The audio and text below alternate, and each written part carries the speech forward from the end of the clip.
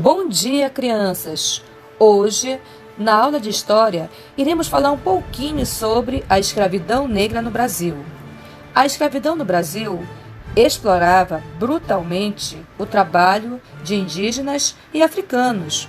No caso dos africanos, a escravidão os retirou de sua terra nativa e os enviou a milhares de quilômetros de distância para uma terra bem distante, com idioma, religião e culturas diferentes das deles.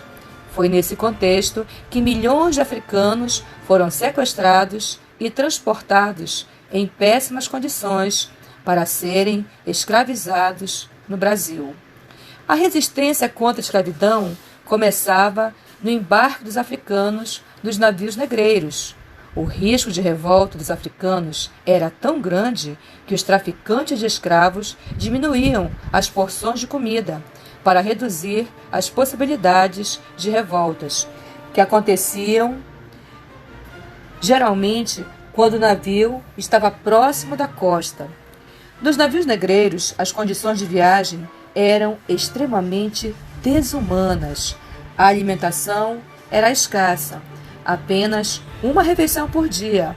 A água quase nunca era potável. Tinham má alimentação, os porões eram escuros, sujos e abarrotados de gente, de tal maneira que até respirar era difícil. Isto fazia com que doenças fossem proliferadas. Os africanos foram utilizados em trabalhos domésticos e urbanos, mas, sobretudo, foram utilizados na lavoura e também nas minas quando foram descobertos metais e pedras preciosas, em Minas Gerais, Cuiabá e Goiás. As revoltas de escravos e o fortalecimento político forçaram o decreto da Lei Áurea, em 13 de maio de 1888. A lei, no entanto, não foi um ato de benevolência. Ela representou uma tentativa da monarquia de se salvar politicamente e também uma estratégia dos grandes proprietários no Brasil para abafar o debate da reforma agrária, que começava a surgir junto à causa abolicionista. O Brasil foi o último país do continente americano a abolir a escravidão. Uma vez abolida a escravidão no país, o negro liberto não recebeu nenhum tipo de auxílio do governo para que pudesse sobreviver. E com a falta de oportunidades, fruto do racismo, o quadro de desigualdades perpetuou-se em nosso país e gera reflexos até os dias atuais.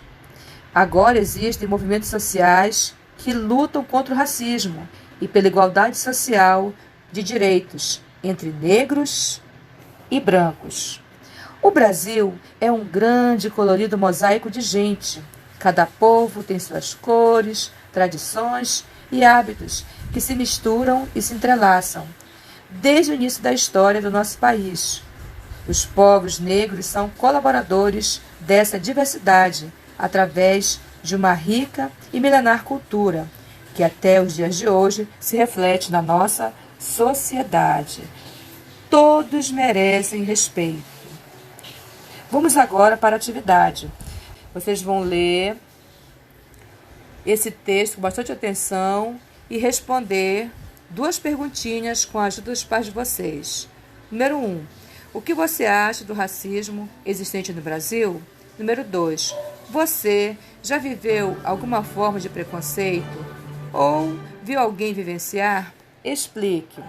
Última questão. Você vai observar esta imagem com bastante atenção. Depois, responder o que se pede. Descreva a imagem da primeira folha desse suplemento infantil de jornal. Letra B. Que sentimentos essa imagem desperta em você? Letra C. Na foto há uma frase: amizade não tem cor. O que essa frase quer dizer? Enviar foto das atividades